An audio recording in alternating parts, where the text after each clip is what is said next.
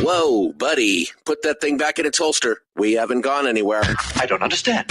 Check out the MichaelDukesShow.com for information on how to get access to the podcast. Welcome to the party, pal.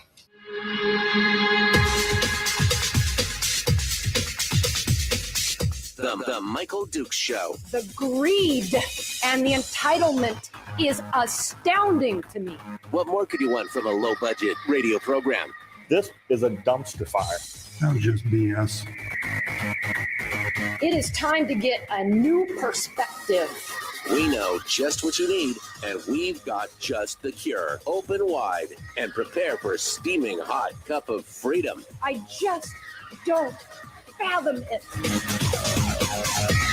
The Michael Dukes Show, streaming live across the world. Live around the world on the internet at michaeldukeshow.com and across the state of Alaska on this, your favorite radio station and or FM translator. Good morning, my friends, and welcome to the program. Thank you for coming in and joining us. Just another beautiful day here in paradise, broadcasting live from on top of the world down in beautiful Homer, Alaska, where it's currently 34 degrees, and we are loving life. Winter rain is a little weird, but I'm getting used to it now. It's kind of crazy down here, but we appreciate you guys coming in and joining us for this beautiful Thursday. We've got quite a show lined up for you today. Boy, there's some crazy stuff happening in the South Central area. And, we've been talking about a lot of different things, including the the exodus in Alaska of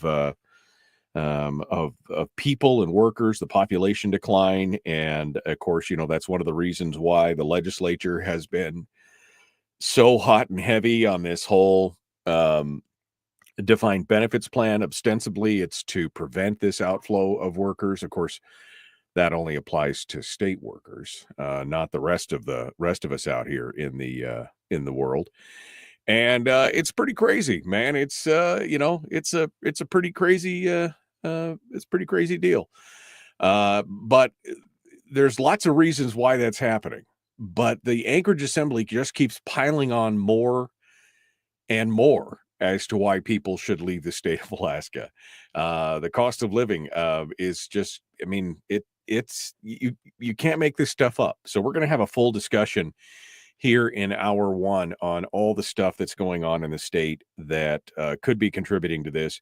There's an interesting article in the ADN that quotes the state demographer on everything that's happening and why people are leaving. The headline from Alex DeMarban in the ADN reads, Alaska could be facing its first long-term decline in population and resulting economic slowdown. And that's, it's a little bit of doom and gloom, but at the same time, we do have a chance and some time here to get some of this fixed. Some of it's going to be a little bit more long-term, but it's going to be a interesting discussion. So that's all going to be going on here in hour one today. of the program. And then in hour 2, we're going to be joined by Chris Story. Now, normally Chris comes in to talk with us about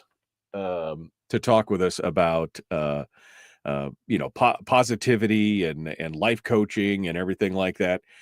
Today, he's going to be putting on his realtor and advocate hat, and he's going to come on board and talk with us about property taxes and an idea that he's floating amongst people for a Proposition 13 style initiative or law or rule change down on the peninsula. And for those of you who don't know what Proposition 13 in California was, that's what came about from the people when the property rates and the property taxes in California got so exorbitantly high. People were basically being taxed on the unrealized gains of their properties. Some people had bought a house in, I don't know, pick a place, LA or something, and they'd paid $100,000 for it 20 years before. But because of the appreciation of the property values around the area, they were now sitting in houses that were worth $1 million. And it was driving people out of their communities. Even though they hadn't sold their homes, it drove them out of their communities. And that proposition aimed at keeping people in their homes by locking in their tax rate at whatever they had purchased it at. And I think it's a genius. Way of protecting property owners because property tax is a problem. Property tax is one of those things that I think was never intended to be treated the way that it's being treated today. Initially, when the founders and the in early days of this country, when they talked about property tax, it was taxes on the gains of the property. Meaning, if you had a field, a farm field, and you raised a crop, you paid a small tax on the gain from that property. But if the field lay fallow, it wasn't intended that you should pay for property taxes on a fallow field, right? If you laid it out for a year to rest or whatever. And it's totally changed where today, I mean, if it's there, if it's, they tax it and you basically have to beg the government's permission to stay there. You can never own your own property outright, which is, I mean, it's a tragedy, especially as people reach retirement age or in, the elderly or things like that. And we do have some things like, senior exemptions and homeowner exemptions, et cetera, et cetera. But this whole thing where you basically never own anything outright, that you always have to pay. And if you happen to have, been fortunate enough to collect or buy or get a lot of property over your lifetimes, and then you want to pass it on to your children or grandchildren. Now you have to consider whether or not that's going to be financially possible for those children. Maybe they're not doing as economically well as you were. Maybe they don't have as much disposable income as you did, and you give them this piece of property that's been in a family for years, and all of a sudden it puts them in a financial hardship. They have to now make a decision to keep it or sell it because they can't afford, the extensive amount of tax on it. It really, property taxes is really a pet peeve of mine, in case you hadn't been able to tell here. So we're going to sit down with Chris Story and we'll be going over some of these things and talking about them and get with him on his idea of taking that Prop 13 style ruling, or I guess law, and put it into effect here. And I mean, I think it's a brilliant idea. I really do. And I know that many who are pro-government, who are like, well, but that'll hurt that, that's the thing. You want to keep people in Alaska, make it more affordable for them to be able to stay in their homes. Make them, make it more affordable for them to be able to live here. And it's a real problem. It really is. And like I said, I'm very frustrated with this idea of you can never own it. You always have to pay the government whatever they say, and good luck trying to appeal. Good luck trying to appeal a valuation on your property.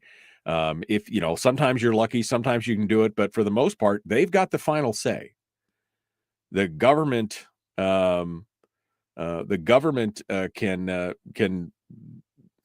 they can make anything happen.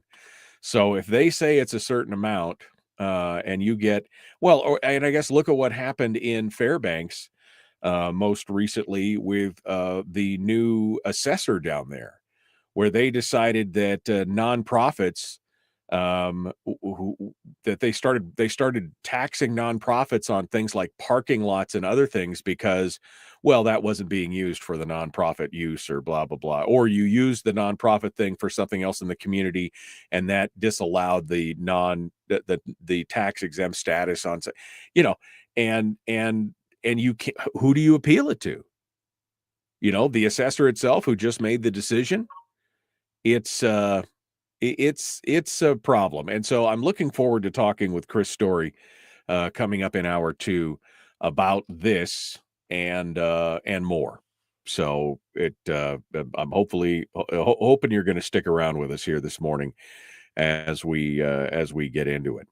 A couple ways to participate on the program today, of course, as always. You can join us on the phone. You can join us via email, me@michaeldukeshow.com. That's me@michaeldukeshow.com. If you'd like to send me an email, I'd love to hear from you. Feel free to drop me a line anytime. You can also come on board and join us in the chat room, which is available. We simulcast the radio show every morning on Facebook, YouTube, and Rumble. And you can join any of those 3 platforms, whichever suits your fancy. And you can join the chat room there. We got a bunch of most of the folks are in Facebook. So if you want to be with a whole crowd of folks, come on over to Facebook and join us there. Fat Ray, in fact, on YouTube just said, speaking of exoduses, Michael escaped the Mat-Su just before the consequences of their actions drives the blue-haired loons out of Anchorage. And we're going to talk about that because you want to know why the Mat-Su is the fastest growing area of the state. Do you want to know why? It's because they are driving people out of Anchorage and have been for 10 years. Wasilla, Mat-Su, Palmer, that whole area has always been, it started out as its own community, but over the years, it's become this bedroom community for Anchorage. Look at me. I drove into town 3-4 days a week to work in town when I lived in the Mat-Su. And that's how a lot of folks are. And you're right. They are driving people out of that area. And the Mat-Su is the easiest and the closest place for people to go. And there's a reason why. I think there's a reason why, 1, the Mat-Su is the fastest growing area in the state, and 2, why it's the reddest area in the state. Because as we continue to split down the lines of these dichotomies, of the left-right kind of dichotomy, people are going to self-sort.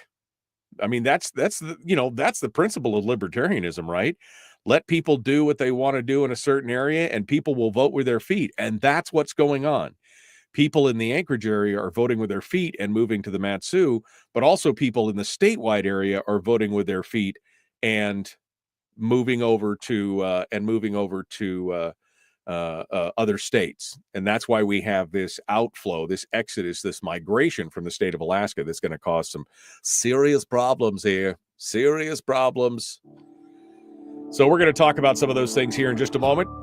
The Michael Duke Show, common sense, liberty-based, free-thinking radio. We continue with more in just a moment. Don't go anywhere. Back with more right after this.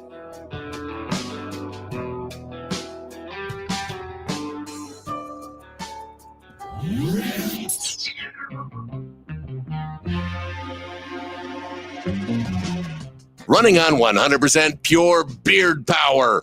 Oh, also some coffee. We dip our beard in coffee. Ha, nice beard. The Michael Duke Show.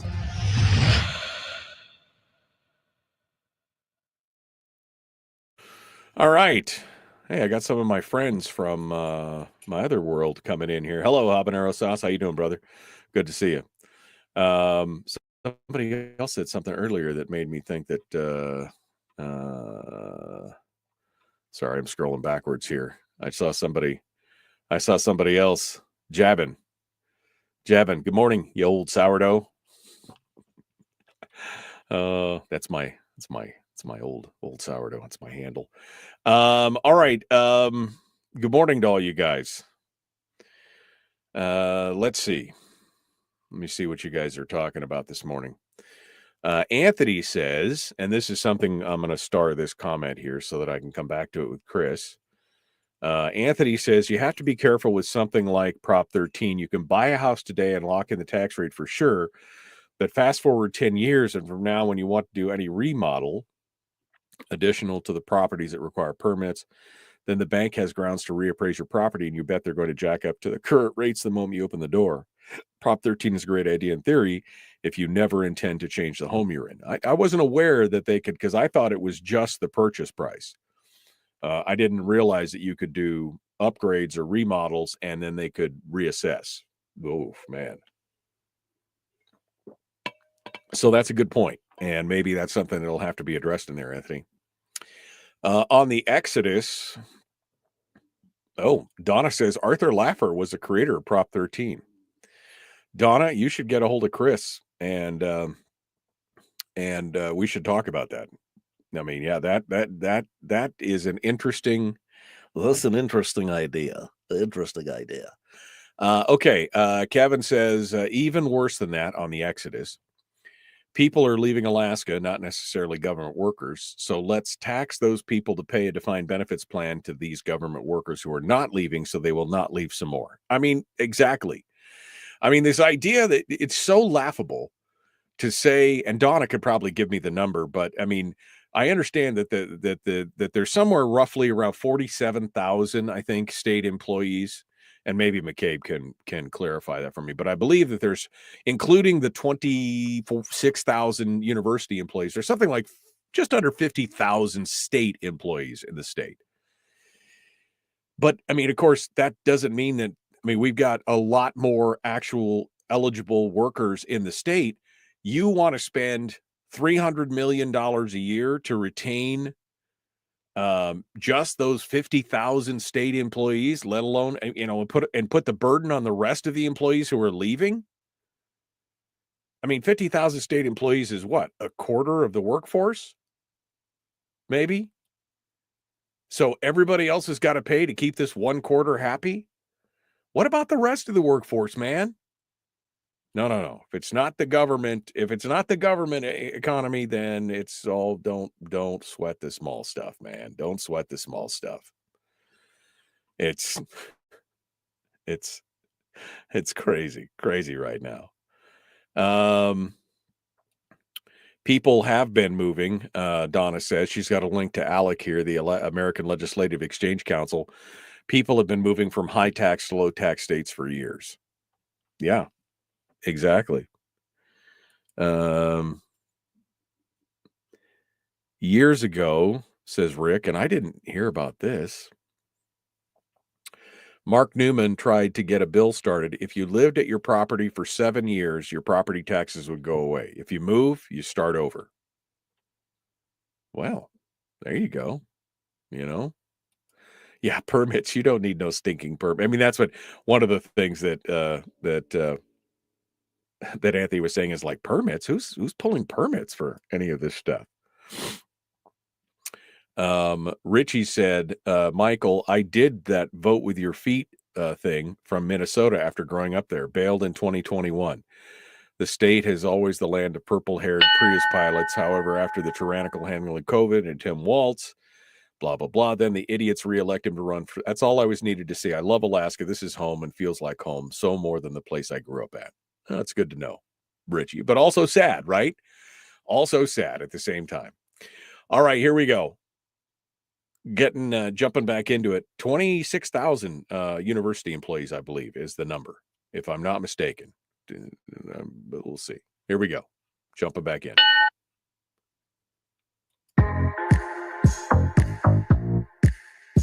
The Michael Duke Show. Not your daddy. Wait, sorry. Not your daddy?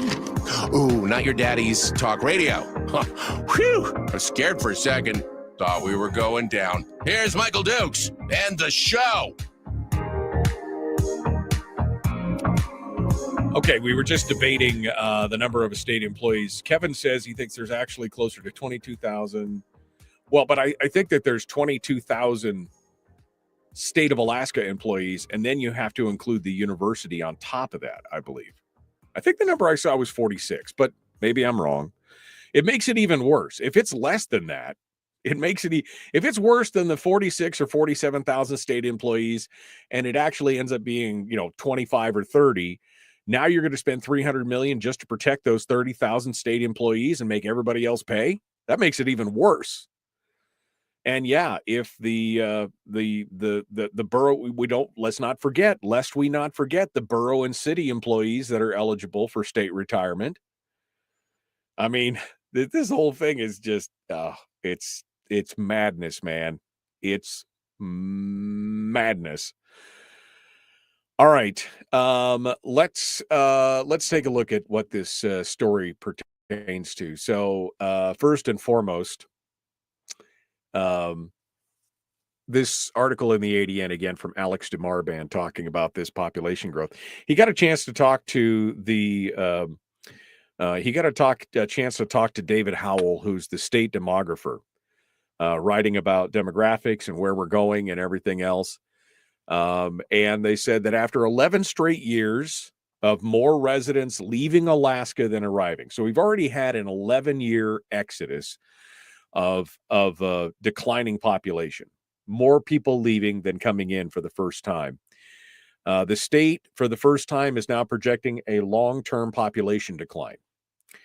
As Alaskans, and of course, a component of this has to do with age of the workforce and everything else. And Brad Keithley was talking specifically about this as he looked at the numbers for people who are actually leaving. And what we're losing is the median blue collar, working age population. Those are the people who are moving out. Not those who are closer to retirement, not the super young, but that core in the middle that is the core of the working class population. Alaskans keep getting older, and the number of deaths continue to rise while the number of births keep falling. Look, I got 5 kids. I did my part. You guys need to pick up the pace around here, right? That's what you need to do. The population decline Howell looked at goes all the way out to 2050, and he says that the projections, if they hold, could have important consequences. Things like fewer students to be available to fill the state's public schools and university, and it also could constrain the local workforce, requiring businesses to rely more on importing workers from other states, or in some cases, countries. The school thing is really the most interesting thing, because what do we have going on right now? We have a huge discussion on school closures. Huge discussion on school closures going on right now, where they are, in Anchorage, they proposed 7 schools to be shut down, and then it was 6. And now they've wrangled it back from the public outcry. They've wrangled it back to 3. And so are they really going to save any money? Are they really going to be able to consolidate? I don't know. There's so much emotion tied to these school closures, but all these people have to do is look at the numbers and see where things are going in the future. And it's not, if you're, as far as school attendance, it's not good. Between the loss of and the decline in the actual number of available children, and the fact and the popularity of things like homeschooling and, Montessori schools and distance learning, and all these other kinds of alternative forms of schools, school enrollment in brick and mortar schools is going down. And can you just afford to just keep propping up buildings that are, half empty? Some of the schools in Anchorage are at 40% capacity. So they're less than half full. Others are at 60%. Their goal is to get them into the 80, 90 percentile range. And they're going to need to do that because, again, the projection is, right? For the number of kids moving forward is going down. Anyway, the outlook on this was a report released in July, and on Tuesday, the demographer Howell provided some additional details. They said Alaska's population growth has gone up slightly in recent years after falling, but he said even though it's going to continue to grow slightly for a while, the combined forces of an aging population and then the net outmigration effect is going to start leading to declines in 2033. Larger declines. We're already declining, but it's going to start to larger declines. By 2050, the state's population will fall down to 723,000, which will be a 2% decrease from where it was last year. He also, again, talked about what's going to happen to the worker crash. What's going to happen to the worker class and the availability of workers. This is some really interesting stuff. And it's not something that you normally consider when you look at it. I guess as a demographer you would, but in long-term trends, I'm not really thinking about, 20 years ago, I was 30 years old. Now I'm 50. You know what I mean? You don't really think about that. But he goes back and takes a look at it and says that the average Alaskan is continuing to grow considerably older and will over the next quarter century. The average Alaskan in 1980, the average age was 26. The median now, average age, is 36. By 2050, it will be 40 years old. And since 1990, the state's yearly natural increase, meaning births minus deaths, has fallen according to the report. And then Howell said during the past 2 years, natural increase hit its lowest level since the early 1950s when Alaska had fewer than 200,000 people. So we have a birth rate equivalent to what they had in the 50s with only 200,000 people in the state, and now we've got 740,000. See, you guys better get busy. Come on. Since 1990, the state's birth rate has fallen. I had 5 since 1990. I had 5 kids. I did my part. You guys need to step up to the plate here. And on top of that, as things age out, then you've got retirement tracks, and what does that do to the local workforce and everything else? Baby boomers who've been retiring are now being replaced by millennials. Millennials are, this is how old I'm getting at this point. Millennials are now 28 to 50 to 43 years old. That's millennials. Okay. All us Gen Xers are 44 to 458 or something. But the millennials are now 28 to 43. But as 2050 approaches, those millennials will be aging out of the workforce. They'll be at retirement age. And he said at that point, there's really nobody behind them to replace them. So what you really see is that the labor force starts to shrink very, very rapidly once that starts to happen. And he said, even if we turn the birth rate around today and it exploded today, those workers would just be hitting the labor force as the millennials are hitting retirement age. So, okay. We got to pick this up. Now, there is some good news. Alaska's actually doing pretty good even though our birth rate is lower than it was, we're doing pretty good as far as an average, but we're nowhere near, we're not even at the replacement rate, people. He does say that he said, nothing is locked in stone because things could change. He said future migration trends could differ. Maybe there's a big project, mining or oil or something, that requires a large number of people to move to Alaska. But this is where the trends are going right now. The declining birth rates, he said, those aren't easily reversed. He said, worldwide, once birth rates start to decline, it's very rare that they come back up. Alaska does, again, still, even though we're down to the I'm still stuck on this 19. During the past 2 years, birth rates have hit the lowest levels since the early 1950s, when Alaska had fewer than 200,000 people in it. So I'm still stuck on the fact that we're at a 1950s birth rate here in Alaska. But Alaska still has a high fertility rate. It's at 1.9, which is still below the replacement rate. You need a 2.1 replacement rate to replace the existing population. But the rest of the country is even lower.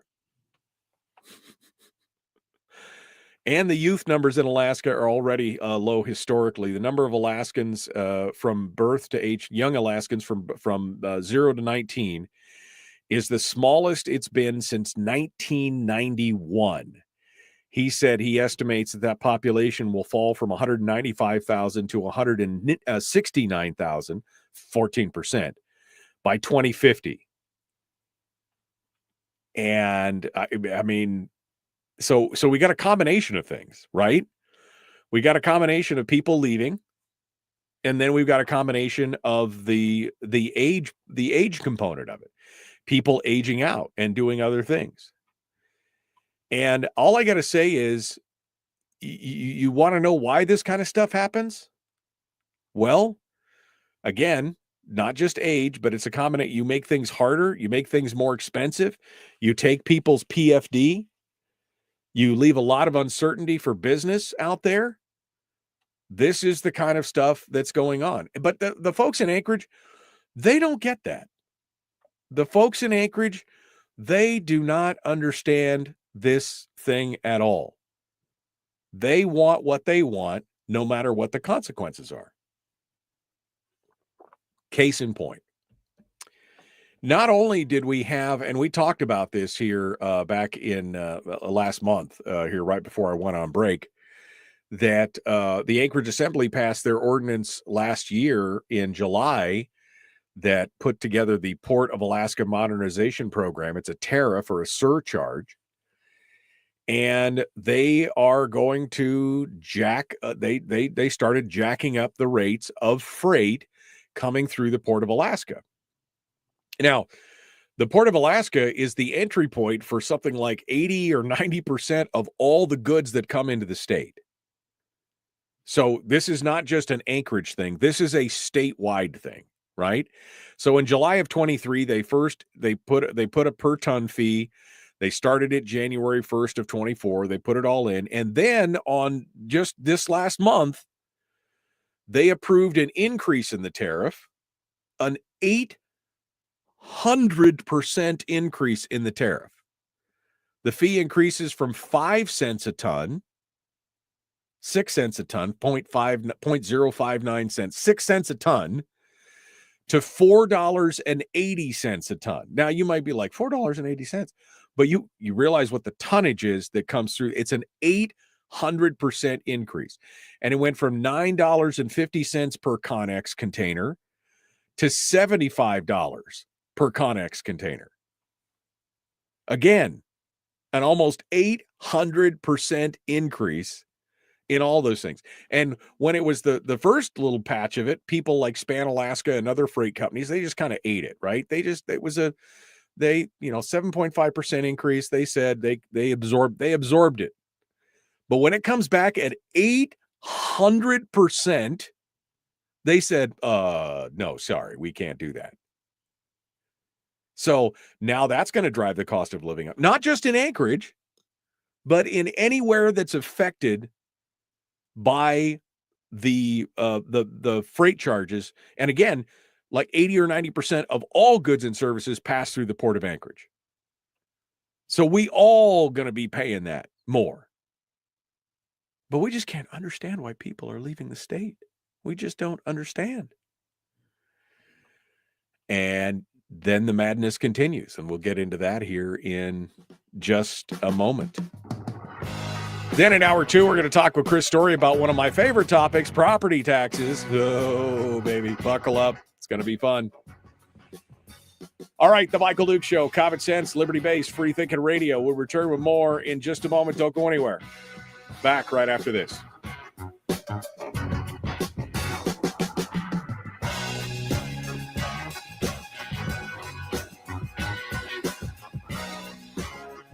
If you missed the show, you can listen to it on your time with Dukes On Demand.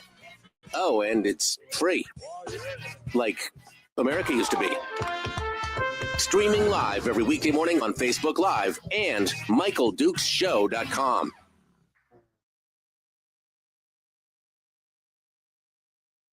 Okay. Let me go back up here and see what you guys are saying.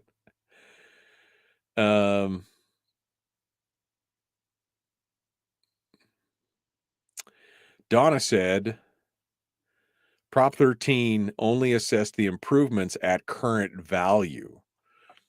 So it was whatever your current value was plus the improvements, essentially. I mean, I could get behind that. I could get behind that.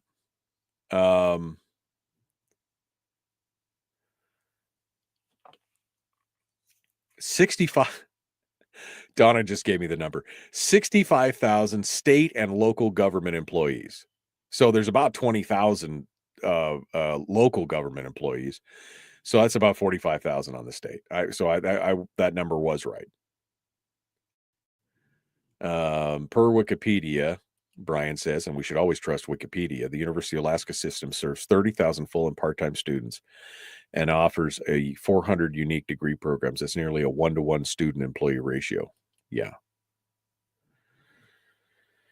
Why are people so emotionally attached to schools? I don't know. I really don't know. Like I said, I mean, I remember that I went to Joy Elementary School when I was younger, 1st and 2nd grade, and then we moved over to Barnett. I never thought, I mean, the whooping and wailing and gnashing, weeping and wailing and gnashing of teeth from some of these parent interviews. If you watch these news stories about these schools closing in Anchorage, and we're talking about parents with students who were in 1st and 2nd and 3rd grade. And they're just like, oh, poor Johnny just won't know what to, he's so upset. And I'm just like, man, I was like, okay. I mean, I'm moving. Okay. I mean, I just don't understand.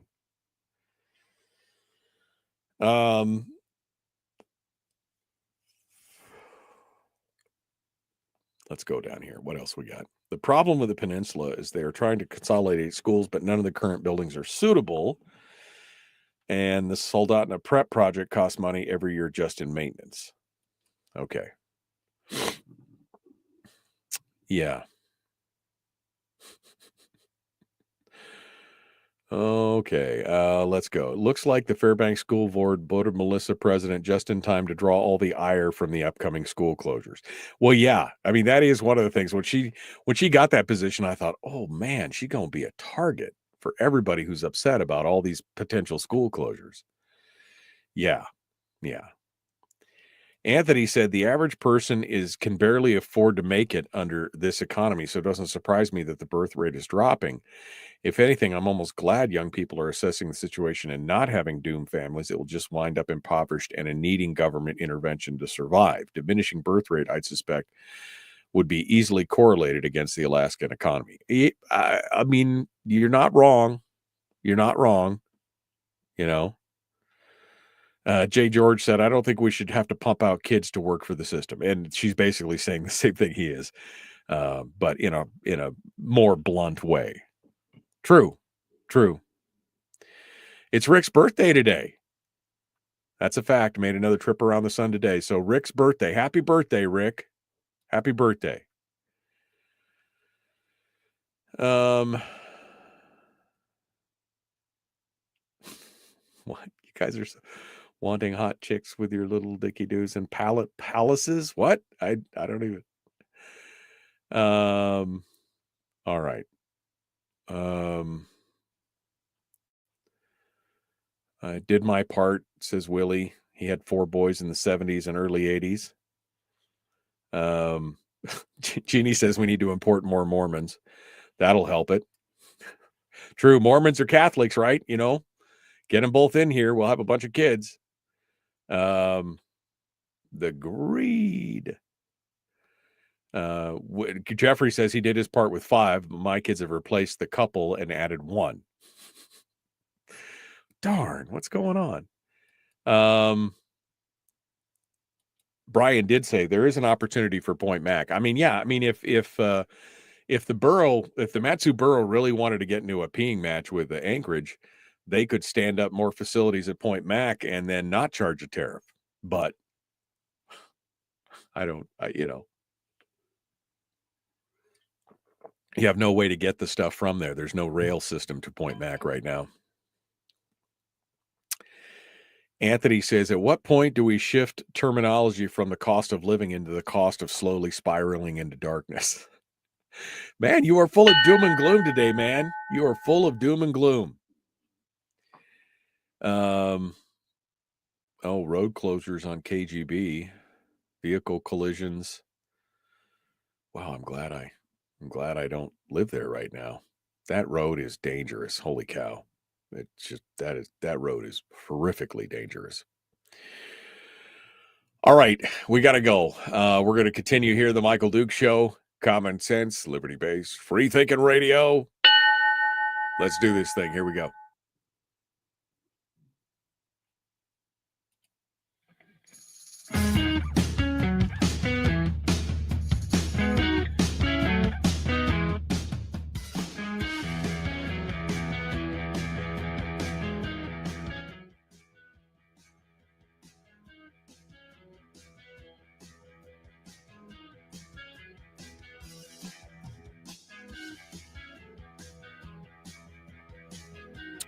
Okay. Yeah, big crash out on Knik Goose Bay Road in Wasilla. Another reason why I'm happy not to be there anymore. That road is dangerous. The whole road is shut down. Apparently, there's no way to. It's out of Gleason Lake though, which is further out. So anyway, be careful out there. There was another. What was it? There's a warning in Anchorage right now. Anchorage schools and school bus routes are 2 hours delayed due to slick roads. It's freezing rain down there in that area still. So be careful if you're in the Matsu or the Anchorage area or whatever driving around. Be careful out there. It's a slick one today. It's a slick one. All right. So we were just talking about the cost of the ports and the tariffs and everything else, and it's a tough situation out there, but the Anchorage Assembly continues to make it even tougher.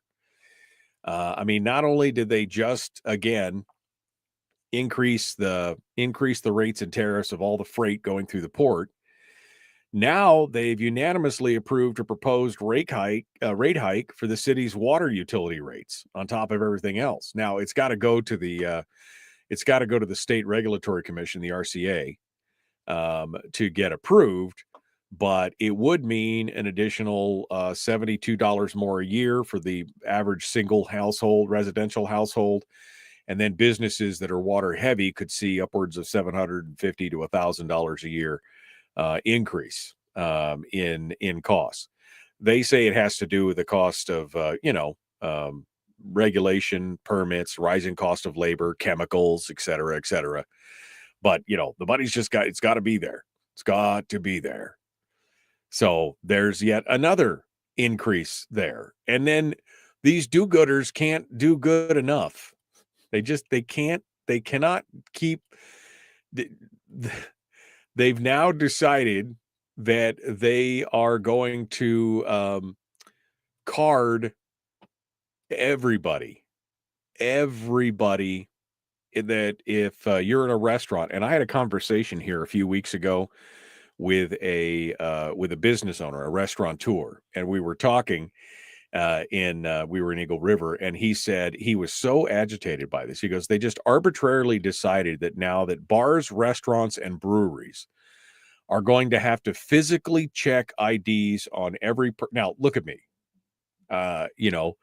Gray hair, gray beard, obviously older than 21 years old, right? He's like, most of our clientele is, because this was kind of an upscale place. He says most of our clientele are 40 plus. We don't get a lot of 20 somethings in here. And he said, and now I have to make sure that I train all my people and have people pull IDs and everything. It's this new mandatory thing where they're going to make you show your driver's license every time you want to get a drink at a restaurant, if you're at a wine bar or something like that. The Assembly and 3 members of the Assembly sponsored the ordinance, Karen Bronga, Anna Brawley, and Zach Johnson. They say the rule is meant to prevent people under the age of 21 from purchasing alcohol and to curb alcohol sales to people with red stripe driver's licenses. The red stripe driver's licenses are people who have, they got multiple DUIs or something like that, or maybe they're on probation and they're not supposed to be able to have alcohol. So they get their driver's license has this red stripe on it that basically says no alcohol. So they can't purchase alcohol with it. But there's only 2,000 people in the whole state that have driver's licenses that are red striped. And we got 700,000 Alaskans, and you're gonna make every restaurant the arbiter and on the hook for anything that happens for those 2,000 people, 2,100 people, whatever it is, that have the red stripe driver's license. I mean, it's just kind of nanny state stuff, right? I mean, if you're a server and you look at somebody and you can't tell if they're 21 or not, you ask for their ID. If they obviously have gray hair and they're not, and wrinkles, you pretty much know that they're over the age of 21. But this is just, again, it is kind of more of that nanny state mentality. Bronga, one of the sponsors, said that in 2011, the Assembly enacted a measure that requires the same thing at liquor stores. All the package stores have to check ID. And they later intended to expand the rule to other types of establishments, and they just never got around to it. So she's just doing busy work at this point. She's just doing busy work, right? Oh, they never got around to it, so I thought I would do it. I mean, was this a problem looking for a solution or a solution looking for a problem? Right? I mean, it seems like this was just a solution looking for it wasn't like there was a whole load of people who needed to be carded and created problems. It's just more government overreach. And this restaurateur that I was talking to, he said he'd gotten into conversations with some of the Assembly members about this. He was very vocal about it. And he said they basically told him, well, it's our way or the highway. It's our way or you want to know why people don't want to live there? That's why people don't want to live there. Property taxes go up. That's why people don't want to live there. You want to get involved in the Eklutna Dam thing, and your philosophy is you want to pull that dam down. Well, 25,000 homes in the Anchorage area are powered by that dam, but that's why people don't want to live there. The good news on that, by the way, is that the Anchorage municipality has been denied a seat on the Eklutna Operating Committee. When they sold Municipal Light and Power to Chugach Electric, they lost all their voting rights, but they decided here a few years ago that they wanted to get back in there because Chris Constant and a couple of the other members of the Assembly who are on the more progressive side, they want to dismantle the Eklutna Dam. That's their stated they want to get rid of that dam. And so they wanted to, there's been a dam in place there for almost 100 years. Since 1927, there's been various dams at various places on the Eklutna since 1927. So this is not like it's a new thing. But they want to get rid of that dam. So they filed a motion and a court case to get back on the voting committee so that they could have a say in whether or not that dam needed to come down. The RCA has denied the municipality's claim and basically shot it full of holes. There's an article in Must Read that you can go back and take a look at that actually has the whole decision in it and everything. But basically, the RCA said that they originally approved the transaction where Chugach Electric acquired the services and the assets and the obligations for ML&P, and that those were all subject to conditions. And one of the conditions was that ML&P surrender its voting rights. So, sorry, can't do it. They couldn't do it. So they surrendered their voting rights in October of 2019. But again, good news, the assembly won't have any power to do anything with that. At least that's some good news. But you could just see this. I remember, and I said this the other day, but I remember when I first came down to Anchorage, when I moved to Matsu, and then I started working in Anchorage that first year, was 2014. So 10 years ago, I was just astounded because I'd come down, I just served on the Fairbanks Borough Assembly. And I think our budget that year was $141 million or something. And Anchorage's budget was something along the lines of $470 million. And I was just blown away by the amount. I mean, wow, wow, it's a lot of money. But today, what's the budget today? 5.25, something like that. Between 510 and 5.25.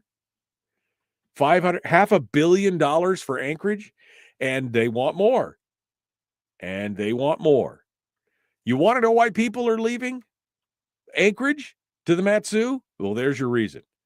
You want to know why people are leaving Alaska? It's because of these same kind of policies are being enacted at the legislative level in many ways that they want to continue to spend without any way of actually paying for it or any plan of actually paying for it. And that's why we have a declining population in the state of Alaska. Boom. That's it. Period. End of story. And it's only going to get worse. It's only going to get worse.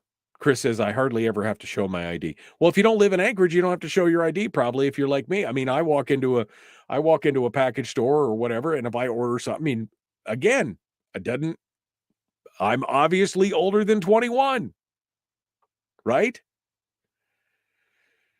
It's insane. We are getting Californicated, says Brian. Yeah, I mean, that's the problem. You moved out of there because you didn't like there, and now you want to make here like it was there. That's the problem. That's the whole deal. But all these do-gooders in there wanting to do good with your money, you got to realize that sometimes you will run out of money. You run out of OPM. You run out of other people's money, and they won't take it anymore. And then it creates remember that doom loop we talked about? The number of people who are there that are being taxed in one way or another, whether it's a true tax or whether it's a fee or whether it's more, whatever the cost is, they have had enough and they leave. And then that cost is shifted to a smaller pool of people, and it increases because now their share is larger. And pretty soon, some of those people get frustrated and they leave, and then the pool shrinks some more, but the costs continue to go up. It's the very definition of a doom loop. We got to get off this merry-go-round, folks. Got to do it. All right, we got to go. The Michael Duke Show. Common sense, liberty-based, free thinking radio. Chris Story is coming up next. Suppose I should set my phone up, huh? We'll be back with more in just a second. Don't go anywhere. It's all about property taxes up next.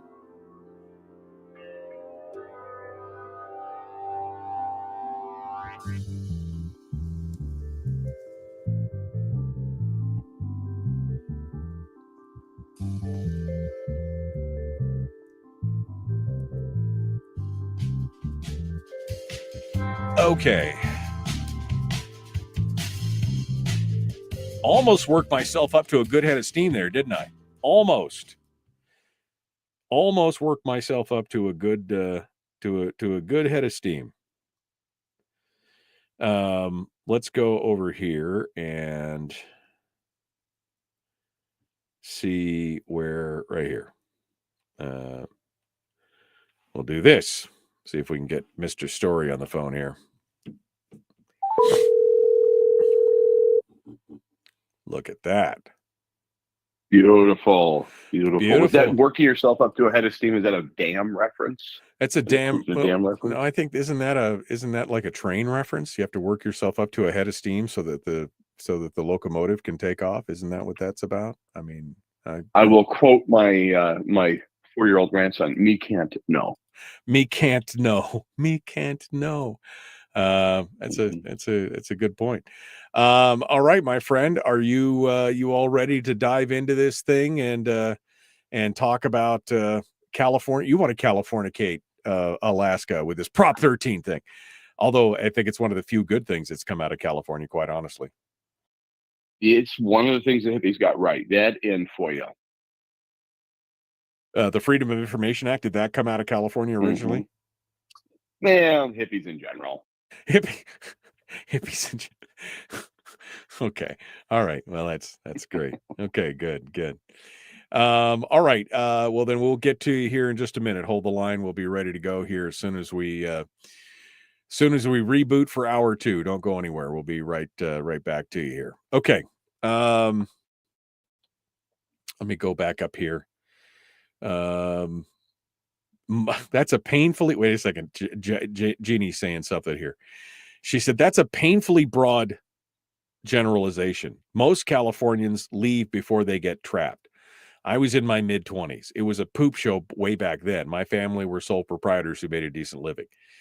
Well, yeah, but I mean, you can't argue, Jeannie, and it is a generalization when I talk about, the Californication or people, but you can't argue that that's what's happened to places like Seattle, Portland, Cheyenne, Wyoming, some of the other, the Montana, what is it? Bozeman, where people, the Californians, they move to these areas and then they immediately start to turn them the way that they were in California. It does happen. I mean, this is a phenomenon. Maybe it's not as broad as I'm painting it, but it is a phenomenon. It does happen out there. All right. Hippie. Denver. Yeah, they moved to Denver. Look at what's happened to Colorado. They moved east and Colorado picked them all up. Yeah, Missoula, Montana elected a pretend woman, says Brian. Oh, man.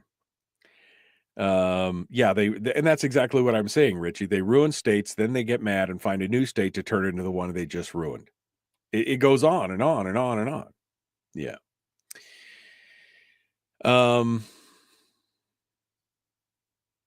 Randy actually saying something here that I completely agree with. Don't blame the left-wingers on the assembly. It's etched deep in their nature to want to subjugate people so as to elevate the stature and power of the government. It's their religion of governmental omnipotence. And you're not wrong. You're not wrong.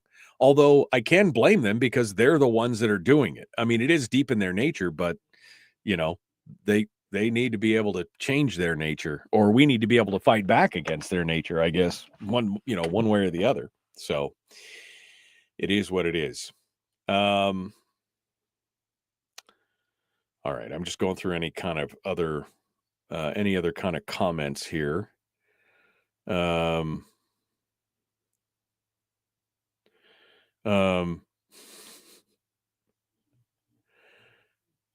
Oh, wow.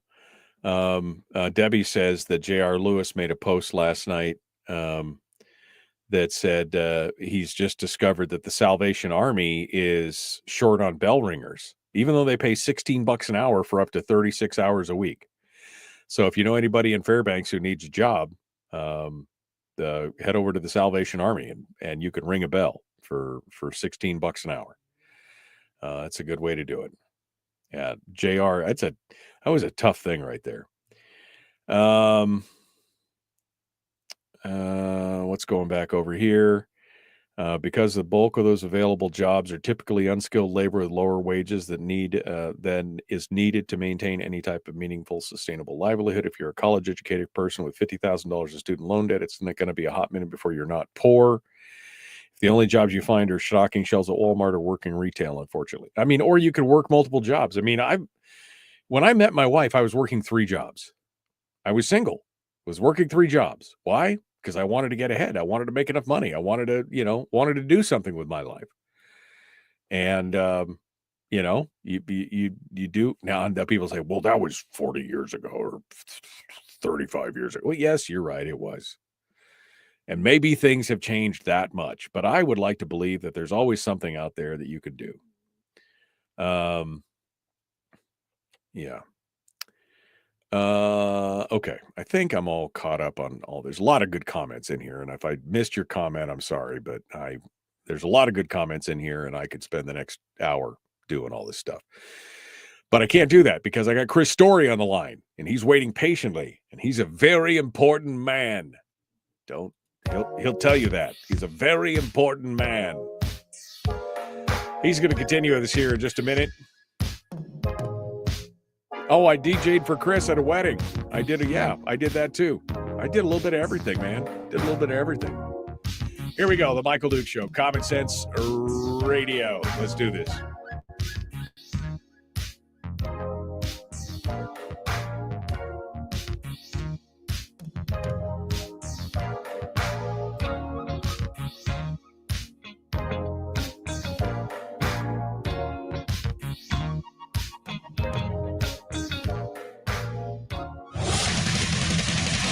Whoa, buddy. Put that thing back in its holster. We haven't gone anywhere. I don't understand. Check out the MichaelDukesShow.com for information on how to get access to the podcast. Welcome to the party, pal.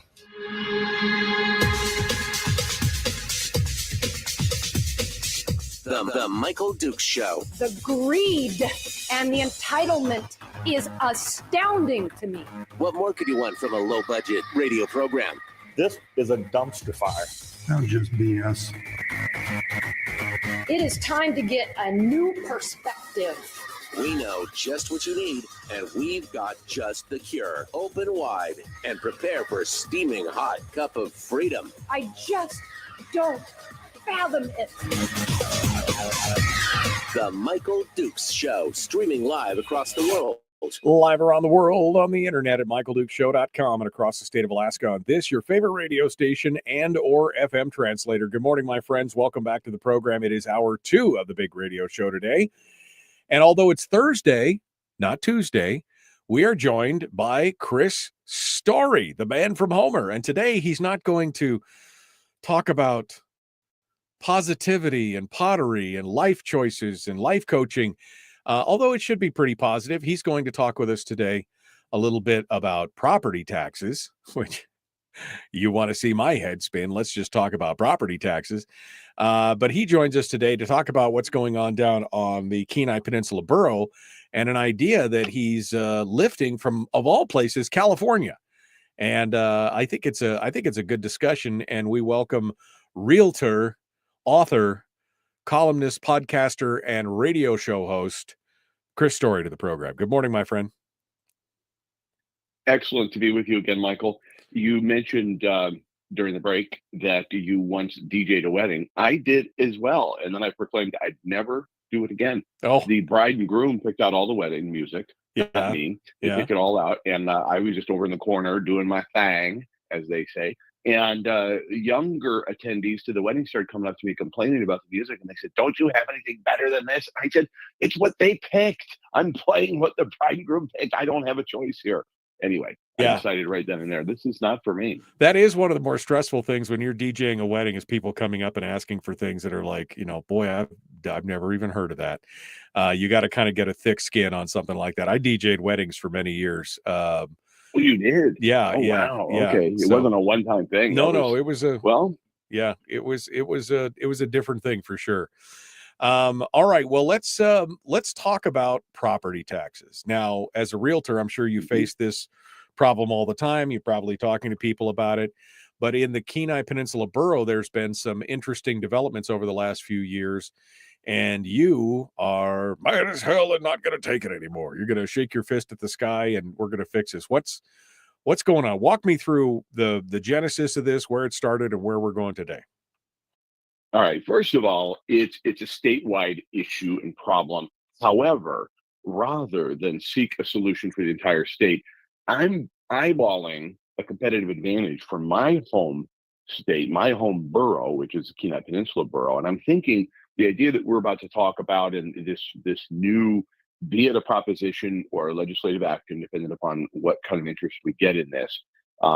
I'm thinking, well, if it happened here just at our borough level, it gives us a competitive advantage here. We become a tax haven, if you will, on the Kenai Peninsula borough, drawing not just people that want to live here because we are the banana belt of Alaska, but it also could entice more commercial development, more commercial investment from people that are looking to park their money at a place where there's not going to be taxed to death. And so the idea, and I think, Michael, just broadly speaking, I think we've all accepted in the state clearly we're going to pay property taxes. We do. It's how we fund. It's a big portion of our funding government. And I once sat with a representative who was running to keep his seat here in our district, and he said, "Well, Alaskans don't pay taxes." And I said, "I beg your pardon. We pay. Yes, we do. We pay property taxes. We pay federal income taxes, which come back to Alaska in the form of federal subsidies, et cetera. We pay sales tax, at least here on the peninsula. We do, not in Anchorage, but we pay a PFD tax. We pay a PFD tax. Come on. Yeah, we pay, and there's just an extra cost of living, and we all know it. We're all taxed. Okay. That said, I understand we're going to pay property taxes. This isn't an anti-tax. This isn't a let's overthrow the government kind of conversation. It's a matter of what is fair. And so we can talk about the fair that occurs into the statute that requires boroughs and assessors assess at true and fair market value. That's one kind of fair. Then there's another kind of fair. Is it fair that somebody owns their home here, or even a commercial property, or a agricultural piece of property, and it gets taxed to death for the fact that somebody else moving here from a different market is willing to pay more than anybody else is locally? And so the local people have to start stepping up, not just to acquire property if they wish to, as the market rises and very rapidly in some cases, but also are going to have to just keep digging deeper and deeper into their pockets to maintain the tax burden as the assessed value goes up. All the while, your elected officials get to keep their hands off the till and say, "Sorry, we didn't do this. We're not raising taxes. Look, we haven't touched the mill rate in 5 years. Look, we dropped it a half a mil last year just to, oh my goodness, we're doing everything we can." Meanwhile, the tide is rising ever faster and monies are flowing in at a greater and greater supply into the coffers. And to quote Peter Machicki, Mayor Machicki of the Kenai Peninsula Borough, this last year, as we went through this hellacious assessment escalation here on the Southern Peninsula, he said, and I quote, to me, "I don't want more money." He doesn't want more money coming into the coffers. He doesn't. He said, "I'm not trying to raise taxes here. We don't have a choice. This is the law. The statute requires us to assess at true fair market value." And you and I both know fair market value is defined by the least a willing seller will accept, and the most a buyer, willing, non-compelled buyer, will pay. Thus, this creates fair market value. As such, what's happening when you pay a property tax on an ever-increasing assessed value, property you have not sold, there is no buyer, there is no seller, and yet they're trying to assess as close as possible that fair market value, they are taxing you, Michael, on unrealized gains. So if you purchased your property for $200,000, it's now assessed at $400,000. You've not gained a dollar. You have not cashed in. You've not taken any of that gain to benefit yourself or to use. It's not capital in your pocket. It is an investment that has grown in its worth, and the government is taxing it. What we just saw, and where this epiphany hit me very hard, was November 6th. We realized that Donald J. Trump trounced Kamala Harris. What was one of the planks of Kamala's campaign was to tax unrealized gains. America and Alaska in general overwhelmingly said, "No, you will not." Even Mark Cuban, one of her sycophantic supporters was out there going, well, okay, I'm still for her, but that's ridiculous. We're never going to tax unrealized gains. That would grind investment and capital expenditure. That would grind to a halt. Never is that going to happen. Well, it's happening right here.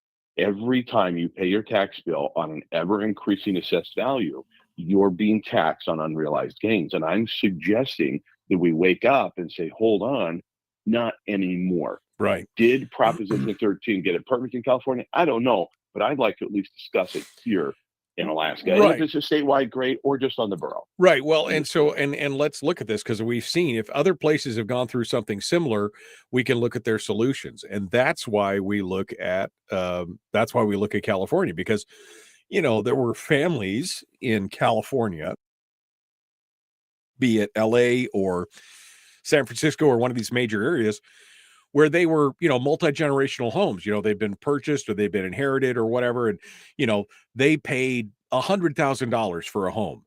And yet the state of California, because of the explosive growth of California and everything else, many times you heard stories where people bought a home for $120,000 and now it was being assessed at $800,000, $900,000, $1 million because of the growth of the neighborhood and what other properties were selling for. And it was basically pricing local people who wanted to stay out of the neighborhood. And that's originally why this Proposition 13 came onto the ballot, because it was driving Californians from their own homes that they essentially owned, and they just couldn't afford to pay the property taxes on the assessed value anymore. That's right. And that's right. And that's what we're seeing here to an extent. I spoke, and every year, Michael, you should understand, as a real estate broker, every year I receive phone calls around the time when assessments come out. And it's a matter of saying, hey, my assessment just went up to X and I don't understand. Can you help me determine whether or not I should make an appeal? Should I file an appeal this year? Which, when you go up against the Board of Adjustment, it's almost a foregone conclusion that they're going to pat you on the back and say next and ignore you completely. It's just it's a very difficult process. It's set up against you, not for you. But okay, taking that into consideration, every single year we get these phone calls. And every single year we sort of measure, okay, not a lot going on here. I got maybe 8 phone calls. And then this last cycle, Michael, my phone was mine and probably every single realtor on the peninsula, at least on the southern end of the peninsula from, I'd say, Ninilchik, Clam Gulch South, was just burning hot with, oh my God, my assessments have gone up 30%, 60, 80, in some cases over 100%. And the justification was, well, hey, your market's hot. Your market's on fire, folks. Good for you. Well, wait a minute. Only good for you if you wish to sell. So it's an admission that it's actually taxing unrealized gains. And to realize those gains, you have to sell. And if you sell, are you going to be able to buy back into the market, et cetera? You don't know. What about your grandmother? I remember calling one day. There was a different borough mayor than we have now. And I called him because I had somebody that was, suffering under the yoke of another large adjustment in the assessed values. And I was trying to make a case for, we need some relaxation here. We need some assistance with some of these older people that aren't going to be able to hold their properties. And I just used, for example, I said, what about my grandmother? And I was talking to the then borough mayor. I said, what about my grandmother who owns a 5-acre property where she lived on since 1952 with a home, and she has an adjacent 50 acres to that she's also owned since 1948. And so they've owned this property for, a long, long time. I said, what about her? Her assessed value is going way up, and she's on a very limited fixed income. And he said, and gleefully, and I could see the Cheshire-sized grin through the phone, she could subdivide and sell. And I said, excuse me, she doesn't want to. She wants to live out her days on her property intact. Why shouldn't she be able to with a tax bill that isn't strangling her? And that's the attitude with which you face when you're dealing with your neighbors who run for office and, hey, you've got to do the best I can. These are the cards we're dealt. My suggestion is we change some of those cards and we put down onto the table a trump card, small t trump card that would just allow them as well to say, look, we're gonna pull back these assessed values. It will reassess when you sell the property. When you sell your commercial, residential, multifamily, your own personal home, agricultural land, it will reassess to true and fair market value at that time. And the buyer, let's say the buyer's coming in from Maine, and the buyer from Maine buys your property at $600,000, with which you've been paying taxes on at $150,000. Now their basis has stepped up to today's fair market value. So there's a lot of ways we could talk about implementation of this. Plus, we need to discuss the non-disclosure status that we enjoy here in Alaska. I'm not suggesting we go to become a disclosure state. That opens the door for transfer tax. There is a solution to that, which we can get to. But I just feel like this is a conversation that needs to begin with the people, and either the people influence the legislature or the assembly, or we're going to have to take up our own arms and bring a proposition to the table. Yeah, exactly. Chris Story is our guest, the man from Homer, normally on to give us life coaching, today talking about real estate and property taxes. We're going to continue with him here in just a moment. Don't go anywhere. We'll be back with more of the Michael Duke Show. Common sense, liberty-based, free-thinking radio. We'll return with more right after this.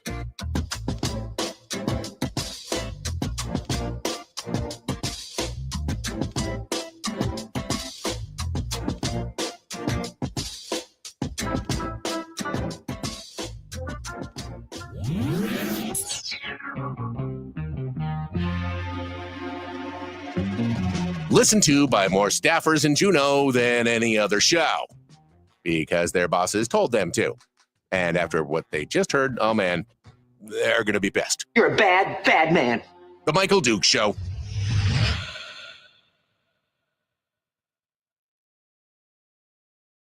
Okay, Chris Story is our guest here. Gary says Florida law has corrected this issue. When you purchase a home, the assessed value at that time is what your taxes are locked to, no matter what the market does. However, when you sell your home, the new owner will start paying taxes on the new assessed value. We need to mirror their plan, which is, again, sounds very similar to Proposition 13 out of California.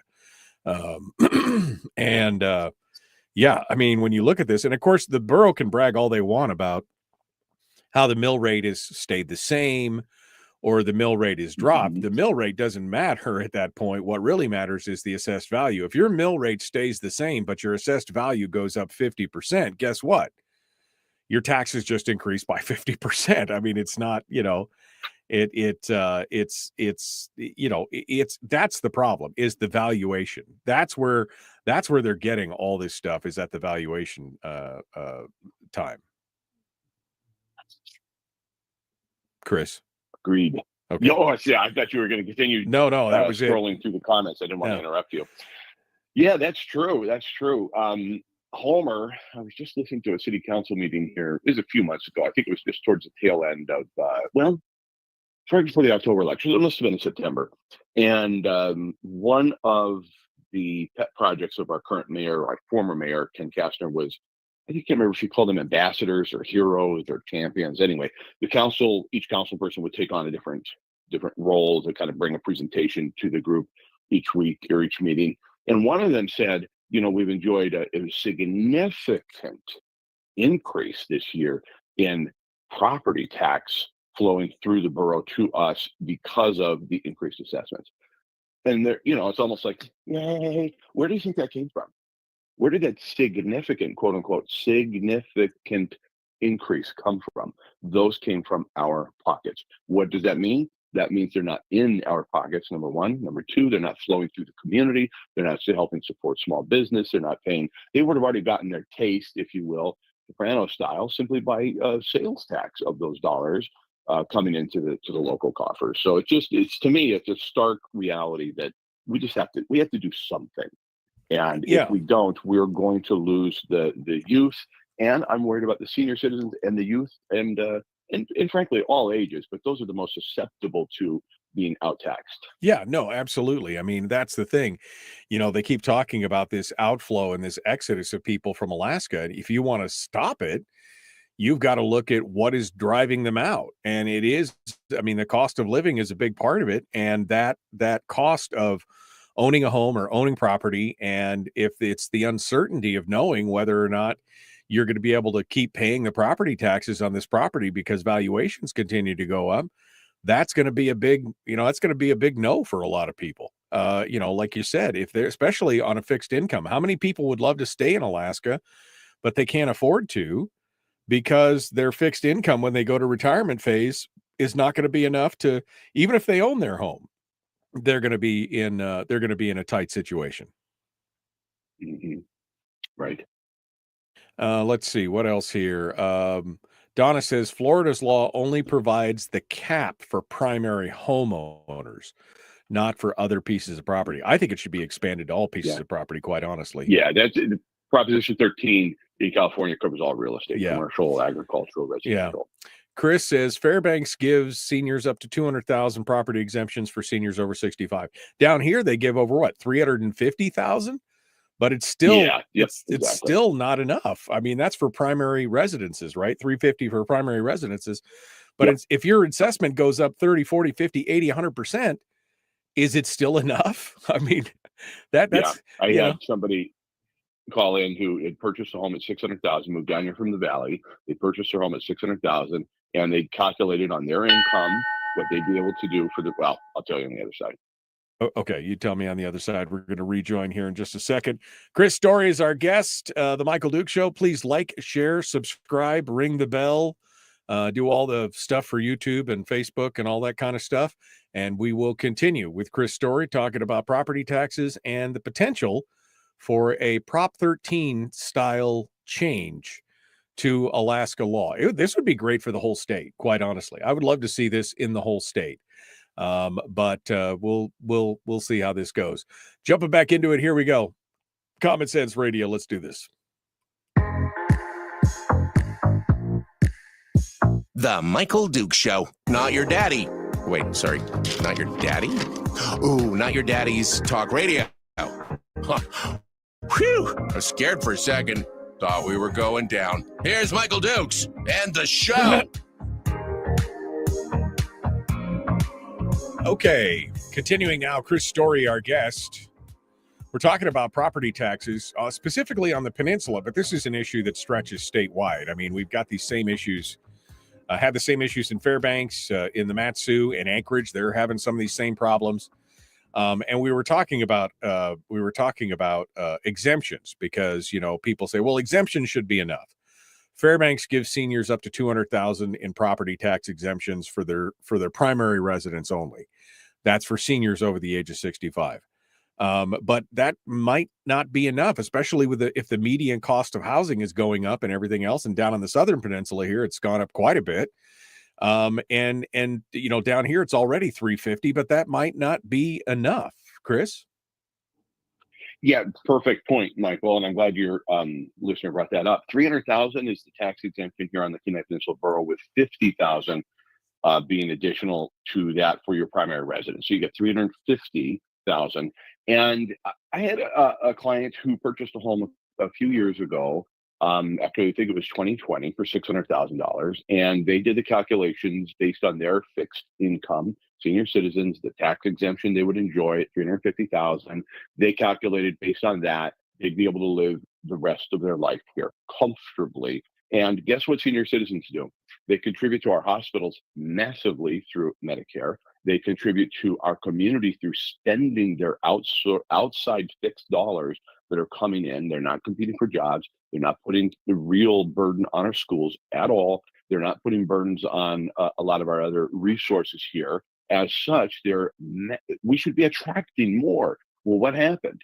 Their assessed value went from just under 600,000 to well over $1 million, 1.2. So it's a doubling, and they're now saying, we got to go. We cannot stay here. We cannot afford. We're being taxed out of our home. And that's a real shame, and that shouldn't happen. It ought not happen. So we've got to solve this. It's heavy lifting. I'm kind of focused on the Kenai Peninsula Borough, Michael, because I feel two things. One, it's a smaller, how do you eat an elephant? One bite at a time. All right, it's a smaller bite, number one. Number two, I'm selfishly focused on the Kenai Peninsula Borough because I believe it would create a tax haven in the state and just shine our apple a little brighter than the rest of the state, which we already have the best weather. We've got the ocean and the fishing, and we got all this stuff. So I'm looking at it a little selfishly going, hey, this will be a great tax haven. If the rest of the state, if your people in Fairbanks and Delta Junction and Dutch Harbor and Kodiak and wherever are picking up on this right now and going, what about us? Great. I'll welcome your shoulder at the wheel. The problem is, look with our ranked choice voting. We know how difficult it is to move the needle on something statewide, but it truly is a statewide problem, which leads to our state disclosure law, which we can talk about that now if you'd like, because that is a bit of a challenge in the assessment department. Maybe before we get into the state disclosure law, let's talk for a second. Just let's break down. Your idea is to basically copy Proposition 13, or the majority of it, I guess. So break down for us what exactly that would entail. What does it mean if we picked up a law like that? How does it work? Residential, private property, commercial, walk us through that. And then let's talk about how the disclosure law plays into that. Okay, perfect. So essentially, when you purchase a property, that becomes that price, that fair market value becomes your assessed value for the rest of your ownership. It shall not go up. Now, the mill rate might go up, but the assessed taxable value, so there's two different values we should talk about. There's assessed value and taxable value. So the state of Alaska requires that all assessors, assess property to its true and fair market value. Fine, that's not the taxable value. So all along, they can be turning up the heat, dialing up or down, depending upon what the market's doing, the assessed value. Meanwhile, the taxable value remains flatlined at what you paid. Now, does this provision allow for a reduction in the market? Yes. If the assessed value goes below what your baseline is that you paid, then your taxable value should likewise commensurately go down. If it goes down 10%, your taxable value should likewise go down 10%. But it can never go above that ceiling or baseline of what you paid. And as a result of that, your property taxes, you're going to be able to know, what they're going to be, with the exception that your elected officials could come to you hat in hand and say, guess what, gang, we got to raise the mill rate. Here's our justification. Here's why. We need to raise the mill rate because X, Y, Z. They make the case for it. And if the people don't like it, guess what? They lose their positions and or maybe that has to be on the ballot. I know in California, Prop 13 disqualifies any tax increase over 1%. I believe it is on an annualized basis. So even if they did raise the mill rate, you can't raise the taxable rate or taxable assessment for this property owner more than 1%. That's all part of the minutia that could be discussed, ironed out. I think from 30,000 feet, though, we need to have this conversation. Should there be some stopping point of taxable value, irrespective of what the actual assessed value might go up to or fair market value? For example, we're attracting a lot of very wealthy people to Alaska right now. And I think you can blame or give credit, however you look at it, you can give credit to a lot of the shows, the reality shows and the television shows. The ubiquity of the internet has allowed for people to do even just massively popular YouTube shows. And people are looking at Alaska and going, my goodness, it is gorgeous. It's beautiful. Why would I be here in 120-degree summer heat in middle of Arizona? I'm coming to Alaska. And guess what they bring with them? They bring their dollars. A lot of them bring their sense of the market. In my book, The Millionaire Maker, I talk about, giving somebody a Lamborghini and Barrow. Doesn't do any good for them, right? The value of something is dependent upon where you are. If you sell a home in California or pick a state, Idaho, whatever, for $4 million, and you come up here and you realize you can have the creme de la creme for $850 or $900, you don't bat an eye at it. Thus, it becomes fair market value. The neighbor next door that's been here for 25 years, running a small business, built their own home or had it built for $180,000, $220,000, and their assessed value now is going to be mirroring what that person paid from their market perspective. And suddenly you're being taxed out of your own home. And that's what I'm saying fundamentally is not fair. And we need to put the fair back into fair market values from a taxable perspective. Right. Now let's talk about how disclosures would affect that, because Alaska is a non-disclosure state, which means if you buy a piece of property, you don't have to disclose to the borough or the government how much you paid for it, right? You don't have to, but you can. And so I'll talk about that in a second. Let me go backwards for a moment. In California in 1978, when they passed Prop 13, they had a problem because the assessed values were already higher than people could stomach, they reverted back to 1976 valuations. I'm suggesting here, if we pass this either in the borough or Alaska-wide, that we roll back to 2018. We have to take 2020 forward out of the conversation because we saw such a rampant increase in values and valuations and buyers' willingness to pay far beyond what anybody thought they might be willing to pay. Because we saw that really big spike, we need to roll back to a point in time that was more reflective of something that is sustainable going forward. So I suggest 2018, we could pick a number, but it has to be pre-2020. Now, as far as disclosure is concerned, people, Michael, every day report to their assessor what they paid. In as much as if you paid, say, picking an easy number, you paid $500,000 for a home that's assessed at $650,000, you report, you self-report. So the borough cannot require, the state cannot require you to disclose what you paid because we are a non-disclosure state, and I'm all for that. It allows for you to self-report. So if you want to take advantage of this, you would then bring your settlement statement and a copy of your transfer deed or your warranty deed to your assessor and say, here's my paperwork. This is my value. Set the tax there. And that's what they would do, and they would abide by that. And I'm sure there'd be some verification process, maybe a new governmental form that a paper pusher and a pencil sharpener would want. And okay, fine, we'll figure that out. That's all in the making of the sausage. There's some details to work out. But the idea being that we can work with our non-disclosure law, not around it, but work with it by you simply self-reporting. And if you don't self-report, then you're going to stay at the assessed value that you're currently at. Your taxable value would equal your current assessed value. And that could be your choice. Yeah. No, I mean, and then that gives you the opportunity to do that. And to me, this just makes sense because, again, I just get outraged by the fact that people are being forced out of their homes because of this increase in valuation. And it just feels like you said, it was like this assembly member giving this presentation about, look at all this money we got. It feels like, it feels like the greed, right? I mean, The greed and the entitlement is astounding to me. I just don't fathom it. that's where I'm at. I just feel like, wow, you just want more and more and more. And we're just trying to eke out a living, especially when it comes to people who are reaching retirement age and are going to be on that fixed income. You want to drive them out. That's how you drive them out. And you say you want more and more. And I would push back and say, hold on. Mayor Peter Machicki here on the Kenai Peninsula Borough does not want more. He does not want to increase your taxes. He does not want more money flowing through the coffers. He's running a balanced budget. He's being very responsible with the tax dollars that are flowing into the borough. And so I think he's somebody we can work with from that standpoint to say, hold on, he's not looking for more. He's not trying to wring us and wring our pockets. He told me this.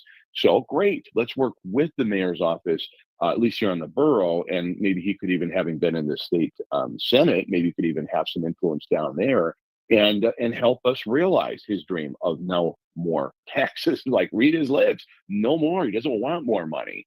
He's running a balanced budget and doing a good job. So let's take him at his word. It was actually in the Homer City Council where one of the councilmen, I think he's a cheesemonger, I can't remember his name, but he was the mayor's champion on revenues. And he reported back in September, I believe it was, that we received in Homer a significant, quote unquote, significant increase in property tax dollars and revenues coming in from these big increased assessments recently. And that to me is a shame, because those dollars, Michael, you know, and I know, aren't then in our pockets and aren't flowing through the private sector community in the form of shopping and spending for goods and services right here, which, by the way, are what? Taxed. That's right, at 8.5% in the city limits. No, it's very frustrating to watch. And like you said, in some areas, this may be more of a challenge. In Fairbanks, they have no other broad-based tax other than property taxes, but down here in the Kenai Peninsula, they have it. Homer has their own sales tax. I mean, there's other ways of generating revenue. And I, for one, quite honestly, if they would, if they would eliminate the property tax, I would have no problem paying that sales tax to offset that, because then I could make a decision as to what I buy or whatever else, and I could do it that way. But This is going to be a huge problem. We're going to continue this. We'll talk about the other tax mechanisms with Chris Story here in just a moment. The Michael Duke Show continues. It's your home for Common Sense Radio. Chris Story is our guest. Realtor, author, podcaster, broadcaster, potter, a little bit of everything. He's going to continue with this discussion. And where do we go from here? That'll be the next question for Chris as well. The Michael Duke Show, common sense, liberty-based, free thinking radio.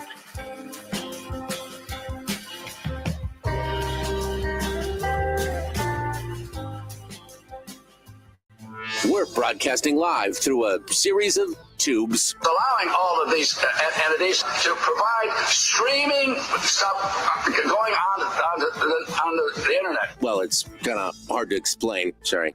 Streaming live every weekday morning on Facebook Live and MichaelDukesShow.com.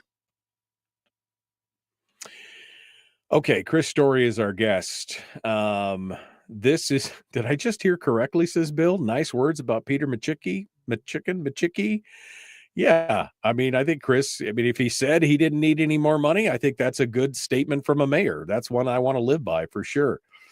Dodie says, Chris, we lived in our home in North Pole for 33 years. We became eligible for the property tax exemption about 5 years ago. Our taxes went from $3,000 a year down to $300 per year. Very short-lived. Now it's almost back up to that $3,000 mark. That's part of the problem, right? I mean, I will say though, I think one of the advantages of living in North Pole that she's not taken into consideration is probably worth that tax is the closeness and proximity to Pagoda Chinese restaurant. That is true. There whenever you choose. That does compensate. They're just going to call that. They're just going to call that the Pagoda tax. That's what they're going to call. I have to say, one of the best meals I've ever had.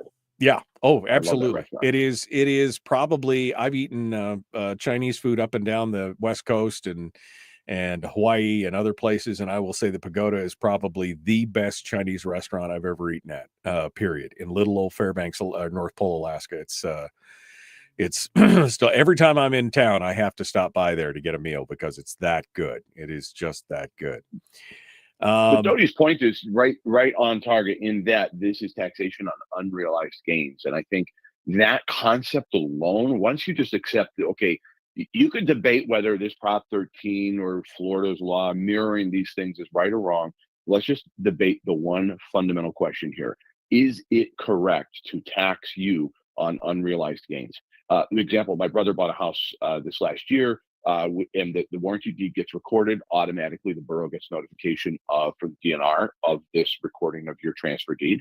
They sent somebody to his doorstep. Now, meanwhile, he's had to make a significant investment into the house because he got a good deal, but it needed a lot of work. And so he's working on it. And here's this assessor just doing his job. Knock, knock, knock. Can you tell me what you paid? I just need to look around and reassess. And so, it's one of those things where you just have to realize, if the value goes up, what about his sweat that he's put into it? What about the additional investment? And he asked the guy, he said, well, are you going to lower, if the market shifts quickly, how quickly will you lower my taxable values? Well, I don't know. That's really out of my hands. I don't know. And that's the problem. We never want the assessor to be ahead of the market. Yeah. And this would ensure, like a sea anchor, that they would always be behind it. And if you need more money in the coffers, you got to come and justify it to us. You can't just rely on people from outside influencing and or the market forces at work here, just bringing you these taxation on unrealized gains. That's not fair. Yeah. Donna points out, and by the way, Chris, I don't know if you heard earlier, but Donna pointed out that Art Laffer, her partner, was the one that authored Proposition 13. And so you probably should get with Donna. Yeah, you should probably get with Donna on this. She says the assessed value on Prop 13 can go up 2% a year, but the taxable value can't exceed the 1% of the assessed value. So, so it can go up, but it can't. It does have that limiter in it as well. But yeah, nice. I mean, yeah, you should get with Donna on this to figure out where we go from there. And yes, I know some people have pointed out that there are places in the state where people don't pay property taxes. Frank says, look, this doesn't affect everybody. Delta Junction doesn't pay property taxes. Well, sure, there's some unorganized areas of the state where it doesn't affect them. And okay, that's great. Good for them. I wish it was me in that regard. I wish I didn't have to pay any property taxes. But in the areas where it is affecting them, most of the boroughs where it's affecting most of the properties in the state, this could be a good solution for that. And again, I think Chris has got the right answer here, that this essentially, you have to frame it right so that people understand it. You're being taxed on unrealized gains. If your house is valued at, if you bought it at 150 and now the assessed value is 250 or 300 or 500, you're being assessed and taxed on something that you have not realized yet. And I think that is fundamentally wrong. Imagine every mutual fund or every retirement account, wherever you're holding your money, you were taxed at your current income tax rate on whatever the market's done in your favor. Whatever gains you received. I mean, there'd be a revolt, it'd be a riot, and that's just the reality of what's happening here. And I think if we can have the conversation sort of nonpartisan or bipartisan, if you will, and just talk about right and wrong, not right and left, I think we'll get momentum from everybody, from both sides of the aisle. I think politically, this is a slam dunk if we take that approach, that this is taxation on unrealized gains. America just rejected that and said, no, thank you. Yeah, no, exactly. And I think that's a perfect example. I had never considered property taxes that until you brought it up. And I think that, I was already against it, but that makes even more sense when you realize that it's on something that you haven't got. They're taxing you on money that you haven't ever received and won't receive until you sell your property. That's why Prop 13 makes that kind of sense. All right, here we go. The Michael Duke Show.